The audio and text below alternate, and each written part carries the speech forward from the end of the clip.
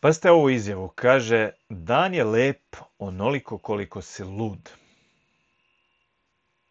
Evo vi vidite šta to znači. Je li vama dan lep onoliko koliko ste ludi? Ja mislim da nam je svima. Vidjeli to ili ne, priznali to ili ne, da onoliko koliko se oslobodimo našeg cijenjenog, dragog, pametnog razuma i svih okvira koje on drži, da nam je toliko dan lep. Vrlo jednostavno. Znači, onoliko koliko možete biti u praznom prostoru, u nepoznatom, koliko se možete skinuti sa uma, toliko ste ludi i toliko vam je lijepo. I toliko se oslobađa vaša prava kreativnost, vaša vatra, vaša mudrost. Oslobađajući se kapaciteti i za ono direktno percipiranje svega, situacija, odnosa, nekakvih zadataka koji su pred vama. Znači i onih praktičnih stvari. Oslobađaju se kapaciteti da se i te praktične stvari puno efektnije, brže, inteligentnije odrade.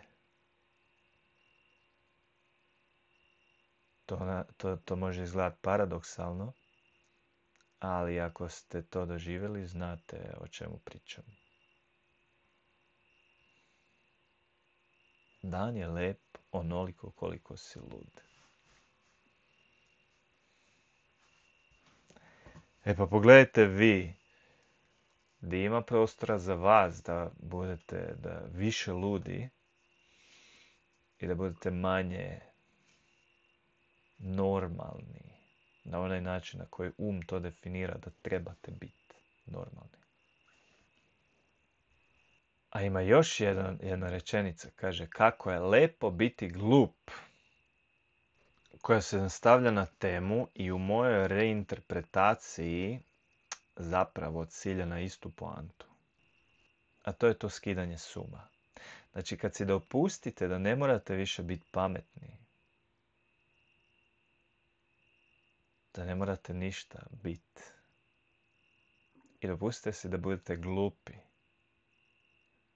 to je prava sloboda. Kada vas više nije briga. Iz tog dopuštanja samima sebi da budemo glupi, da ne znamo, se otvaramo za mudrost. Jer se tu pušta tu se rastvara Tako da pogledajte gdje ima prostora da budete gluplji. I uvjerit ćete se da se isplatilo.